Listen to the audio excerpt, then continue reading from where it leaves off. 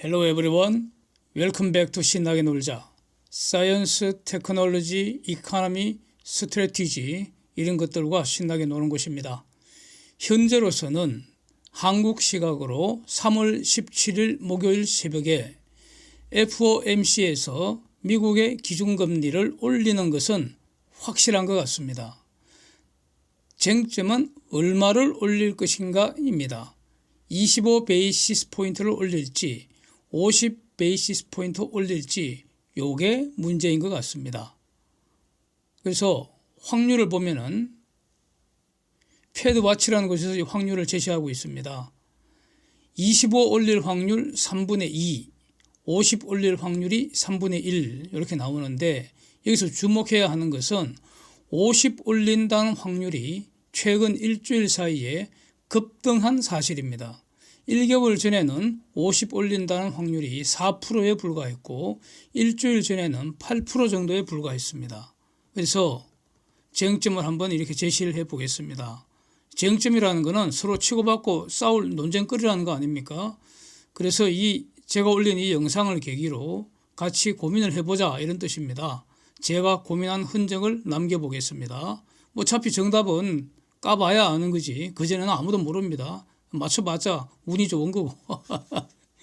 최근 일주일 동안에 도대체 무슨 일이 있었기에 금리 50 올릴 확률이 이렇게 급등을 했는지, 또 금리 인상 속도를 결정하는 열쇠가 과연 무엇일지, 3월에 금리 올리면 미국 주식시장 다시 가라앉을 것인지, 또는 불확실성이 해소됐다는 그런 핑계를 갖다 대면서 올라버릴지, 또는 금리 인상 폭에 따라 25면 오르고 50이면 한 번 더 주저앉을지, 이런 거에 대한 판단을 우리가 지금 어떻게 하느냐에 따라서 통장의 잔고가 달라지는 거 아니겠습니까?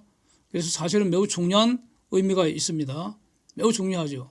그래서 제가 생각하는 기준, 즉 금리 인상 폭을 결정하는 요인 이런 거를 사진처럼 한번 제시를 해보겠습니다. 50 올릴 가능성이라는 것은 인플레가 가속되고 바이러스는 진정되고 고용시장은 견고하고 경기는 확장되면은 그러면 50 팍 올릴 것 같습니다. 25 이렇게 점잖게 올리는 거는, 착하게 올리는 거는 인플레가 진정이 돼야 되고 바이러스는 확장이 돼야 되고 고용시장은 흔들리고 경기는 둔화돼야 합니다. 자, 인플레이션 이 가속 여부는 지금 제일 마지막 FOMC 회의 직전에 나오는 지수가 2월 25일 그때 나오는 게 코어 PCE 물가지수입니다. 코어 PCE, 코어 PCE 매우 중요합니다. 그러니까 원칙적으로 FOMC에서 그 결정의 기준이 되는 물가지표입니다. 개인 소비지출 물가지수입니다. 물론 이제 이번 주에도 그 소비자 물가지수 발표가 있습니다. 그래서 지금부터 2월 25일 사이에 발표되는 여러 가지 그 물가 관련 그 보조지표들 다 중요합니다. 그러나 코어 PCE가 제일 중요합니다. 그래서 지금부터는 이제 물가를 결정짓는 요소들, 이게 어느 정도로 어떻게 변하는지 이거 가지고 이제 간접적으로 판단할 수 있을 뿐입니다. 가령 자동차 신규 판매가 줄어든다는 사실, 기업 재고, 소매 재고 급증하고 있다는 사실. 제가 지금 이 사실이라고 말씀드리는 이거는 그러니까 통계가 이렇게 나왔다는 뜻입니다. 지금 사진을 쭉 이렇게 올려드리겠습니다. 이전에 더 다룬 것도 있고요. 그 사이에 새로 나온 것도 있고 그렇습니다. 소매 판매가 감소하는 사실. 또 근화물선 BDI 지수 폭락한 이후에 드디어 컨테이너선 그 상하이 그 컨테이너 지수 이것도 지금 계속 하락하고 있습니다. 이런 것이 최근에 확인된 사실이기 때문에 물가 상승 압력은 줄어들 것이다 이렇게 볼 수 있다는 거죠. 그러나 기름, 가스 이런 에너지 가격은 여전히 매우 높고요. WTI는 그냥 8년 내 최고치 건방에서 놀고 있고 일부 원자재가 지금 사상 최고치 갱신했거나 아니면 그 근방에서 지금 오르내리고 있고요. 식료품 가격은 여전히 고공행진입니다. 그런데 그 코어 물가지수 산정할 때는 식품과 에너지는 제외입니다. 그래서 일반 물가지수 이건 오르더라도 코어 물가지수는 진정될 가능성이 높지 않을까, 저는 일단 이렇게 판단을 하고 있습니다. 그래서 이 페드의 그 결정할 때 참고되는 이 코어 그 PCE 지수는 좀 둔화되지 않을까, 이런 의견을 이전에 영상에서 올린 바가 있습니다. 고용시장은 견고하다는 것이 확인이 되고 있습니다. 이거는 뭐 이견이 없을 것 같습니다. 실업률 또는 그 신규 고용한 거, 그 고용보고서에 나온 거, 또 잡 오프닝, 그 다음에 그 매주 발표되는 이니셜 잡 리스트 클레임, 이런 거 전부 다 매우 양호합니다. 그 2월 4일 날 1월 고용 서프라이즈 확인되었고요. 3월 그 페드 회의 이전에 3월 4일에 다시 2월 고용 보고서 이제 발표되기 때문에 요거는 당연히 이제 그때 가서 주목을 해야 하고요. 그렇습니다. 경기는 어떨 것인가? 미국, 중공, 유럽 이 주요국들 PMI 지수, 제조 PMI, 서비스 PMI 지수 전부 다 고점 찍고 내려오는 중으로 이렇게 판단이 됩니다. 그 다음에 소비 관련 여러 지표들 둔화되는 거 분명합니다. 재고는 늘어나는데 소매 판매는 줄고 있다고요. 예. 그 다음에 공장 주문 등 공장 주문 이거 지금 다 그 내구재 주문하는 거 아닙니까? 이런 거는 일종의 보조 지표라고 할 수 있는데 전부 하락하는 모습입니다. 그래서 1분기 미국 GDP 둔화될 것으로 이렇게 예상하는 게 합리적인데, 다만 이 그 GDP 관련 이 1분기 GDP 데이터는 3월 페드 회의 끝나고 나서 대략 한 달 반 후에 4월 말에 확인되는 것이기 때문에 당장 3월 금리 결정에 어떤 미치는 영향력, 그거는 매우 제한적이지 않겠는가, 이렇게 저는 보겠습니다.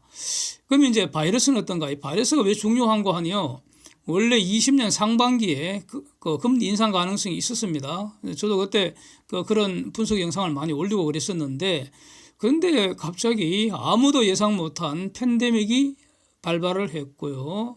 그래서 뭐 다 셧다운 되고 난리가 났으니까 그 대응 과정에서 사상 유례 없는 그런 금융 완화 정책이 실시된 거 아닙니까? 그래서 또 저도 유동성 장세가 온다고, 그래서 미국 시장 사상 최고치 갱신할 거라는 그런 영상들도 그 이전에 여러 번 올렸고요. 아마 제가 제일 먼저 올렸을 겁니다. 그런 영상들.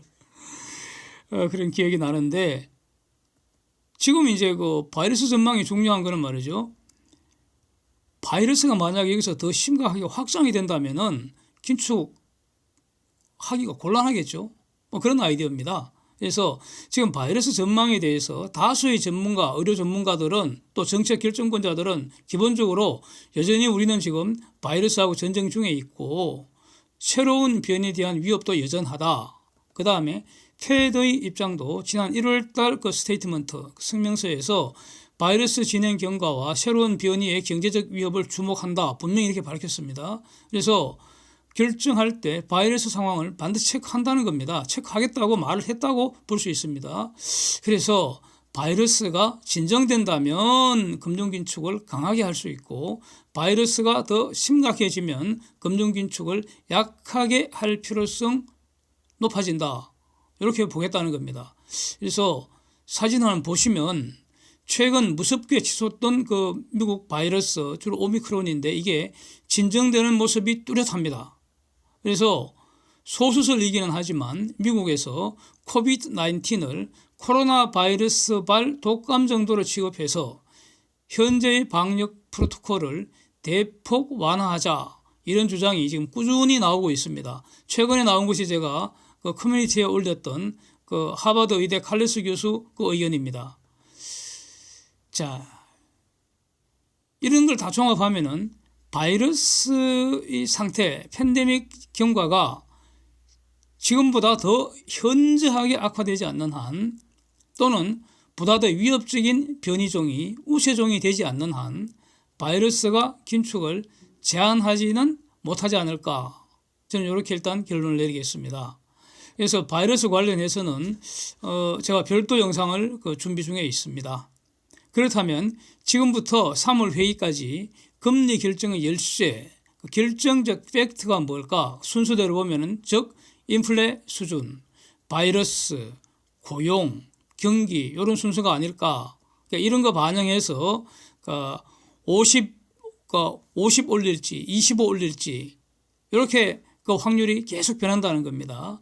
그리고 이 확률은 대개 그 FOMC 회의 한 일주일 전에 나오는 값 거의 틀리지 않고 다 맞더라고요. 거의 100%라고 봐도 뭐 과언은 아닙니다. 그러니까 지금 단계에서 50이다 25다 이렇게 미리 그 판단하는 것은 아무 의미가 없지 않을까 이렇게 일단 보고요. 그래서 이 확률치를 계속 주목하겠다 이런 의미입니다. 그것이 현명하다는 겁니다. 이제 그 다음 주제로 그러면 금리 올리면 미국 지수 어떻게 될까? 추가로 가라앉을까? 아니면 올라갈까? 이겁니다. 여기서 금리 올리는데 당연히 내린다 이렇게 말하면 곤란합니다. 매우 곤란합니다. 그거는 저기 대학원생들이나 그렇게 말하지 학교에서 이 전쟁터에서 실전하는 선수들은 그런 말 하는 거 아닙니다. 그리고 한국 시장은 별도로 분석할 필요 없습니다. 미국 시장이 크게 흔들리면 한국 시장은 뻔하죠. 별도로 분석한다고 시간과 에너지 낭비할 필요 없다고 보고요.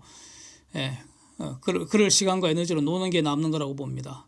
다만 미국과 달리 특히 한국 시장 분석할 사정이 특별한 사정이 있다면 그때 당연히 하면 됩니다. 자, 여기서 금리 올리면 미국 지수 어떻게 될까? 요거 판단할 때 그 전제가 되는 것 꼭 기억해야 될 게 저는 요거라고 봅니다. 연준은 말이죠. 태생적으로 시장 친화적입니다. 금융시장을 망가뜨리려고 금리 올리는 거 절대 아닙니다.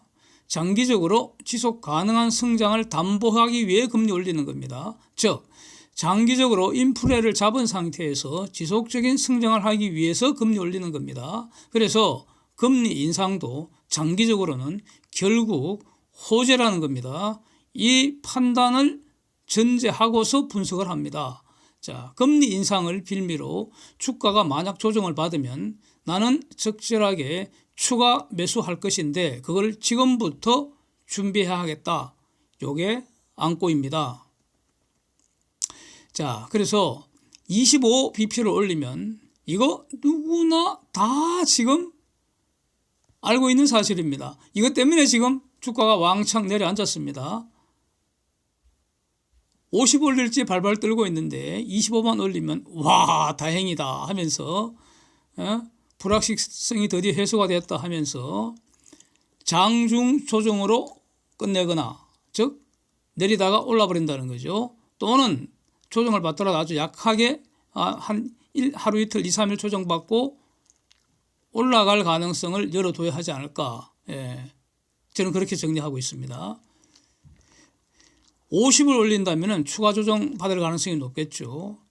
그 다음에 50 올리면서 특히 기자회견에서 제롬 파월 입에서 무슨 말 나오는지 그거 주목해야 될 것 같습니다. 이게 왜 이렇게 되는가? 논리적인 틀은 이렇습니다. 금리 인상한다는 것은 주가 평가 모형에서 변할 수 없는 사실, 이건 아무도 이해할 수 없는 사실, 주가 어떤 자산의 그 가격, 자산의 가치라는 것은 프레젠트 밸류라는 것은 퓨처 캐시 플로우의 프레젠트 밸류입니다. 프레젠트 밸류 오브 퓨처 캐시 플로우입니다. 그 자산으로부터 얻을 수 있는 미래 현금 흐름의 현재 가치, 그 가치에 비례하는 것이 가격입니다. 이거는 절대로 변할 수 없고 진리고요. 언제나 진리고요. 그러면은 금리를 올리면은 프레젠트 밸류를 구할 때 분모에 들어가는 할인율이 올라가죠. 이것도 확실하고요. 그래서 이거 올라가면은 다른 조건이 동일하면은 현재 가치가 줄어들고 그래서 가격도 내려가야 맞는데 다른 조건이 변한다는 거죠. 다른 조건도 변합니다. 분자에 있는 게 수익 전망이니까 이후 장래 기업의 수익 전망을 이제 분석을 해야 합니다. 그래서 수익 전망이 할인율 증가 효과를 능가하면은 그러면 그 기업의 주가는 오르는 겁니다. 금리 올리거나 말거나 주가는 올라가는 겁니다. 그래서 금리를 올려도 주가 올라가는 기업이 분명히 있습니다. 우리는 그걸 이제 골라내야 되는데, 예? 네? 다시 말씀드리면 할인율 상승으로 인한 마이너스 효과보다 수익 전망이 더 좋아져서 그런 종목, 더 좋아지는 그런 종목 주가 오릅니다. 금리 올려도. 그래서 이걸 이제 찾아내야 되는데 우리는 시장보다 언제나 멍청합니다. 예, 시장보다 언제나 우리는 멍청합니다. 그래서 이거 계산 다 못합니다. 그 언제 그 계산하고 앉아 있습니까? 그래서 시장을 잘 분석하면은, 시장을 잘 관찰하면은 그런 놈을 따라갈 수 있다는 겁니다. 예, 시장을 잘 따라가는 것이 중요하다. 이게 무슨 말이냐? 바로 효율적 시장 가설의 실천적 적용 기준을 지금 말씀드리고 있습니다. 예. 그리고 삼성중공업 과연 어떤가? 제가 이제 그 삼성중공업 여러 영상을 지금 올려두었기 때문에요. 꼭 한번 참고해 주시면 좋겠습니다. 올린 그 영상에서 제가 다루었던 그 관점들, 또 40팩터들 이런 게 여전히 이제 유효하다. 앞으로 계속 유효할 거라고 보기 때문에 그래서 영상들 한번 참고를 부탁드리고요. 이 시간에는 딱 두 마디만 덧붙이겠습니다. 삼성중공업 관련해서 계속 주목해야 할 부분, 첫 번째로는 신조선 가격이 계속 올라가고 있으며 또 수익성이 있는 새로운 수주가 지속되는지 여부입니다. 예. 두 번째 주목해야 할 게 삼성중공업이 기술 혁신 계속 잘하고 있는지, 즉 기술 혁신이라는 것이 바로 장래의 새로운 수익성 있는 수주를 담보할 수 있잖아요. 그게 기술 혁신이 돼야지 수익성 있는 장래 수주를 계속 확보할 수 있게 되지 않겠습니까? 그래서 기술 혁신 계속 일어나고 있는지 여부, 이 두 가지이지 않은가 싶습니다. 예. 이상입니다. Thanks for watching. See you next.